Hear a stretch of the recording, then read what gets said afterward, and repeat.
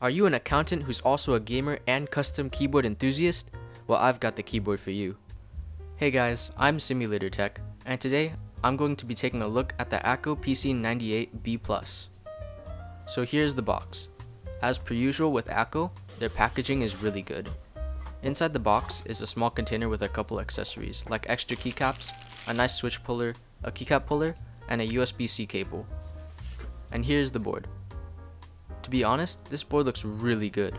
It's a modified 1800 layout, so you get your number pad and function row while staying reasonably compact. One of this board's main appeals is that it comes with Akko ASA keycaps, which are valued at around $60, and Akko CS Crystal or Crystal Wine Red switches, which are worth around $33 for exactly $98.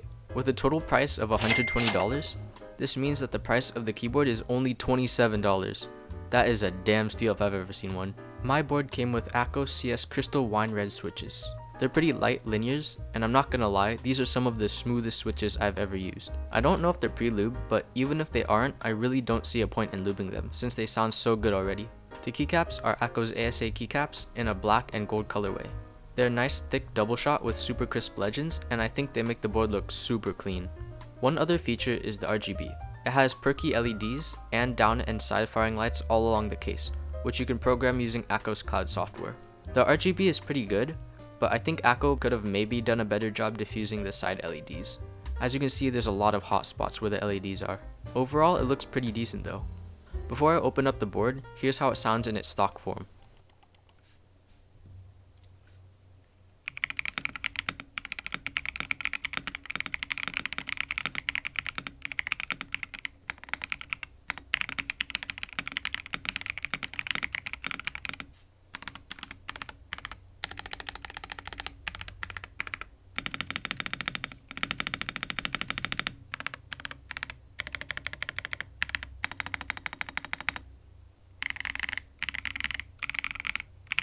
Stock, it's surprisingly good. The stabs have almost no rattle at all, despite them being plate mount, and the switches are extremely smooth. The only critique I have is the alphas do sound a little bit thin. Now it's time to take a closer look at the board. It's advertised as a top mount, but it's surprisingly flexy. Upon opening the board, we can actually see that the top case has some silicone gaskets on it. Underneath, we have the PCB and plate assembly. The plate is polycarbonate, and the PCB is hot swap. As we can see, there is some plate foam and PE foam between them. Akko did make this PCB north facing, but since it comes with ASA keycaps, I guess it's fine. The assembly sits on this absolutely massive silicone sheet, which explains why it sounds a bit thin, but overall pretty good. Before reassembling the board, I did add 2 layers of tape to counter this. And here is the sound test after I added tape.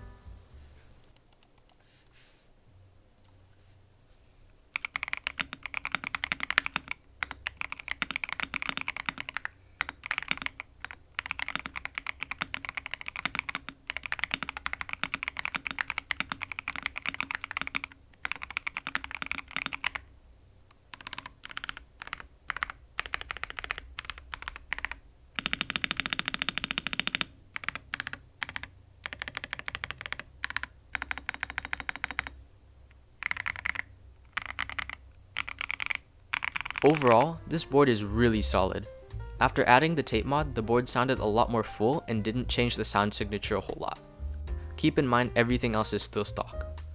The spacebar has a super nice pop to it as well. For $120, this thing is an absolute price to performance monster.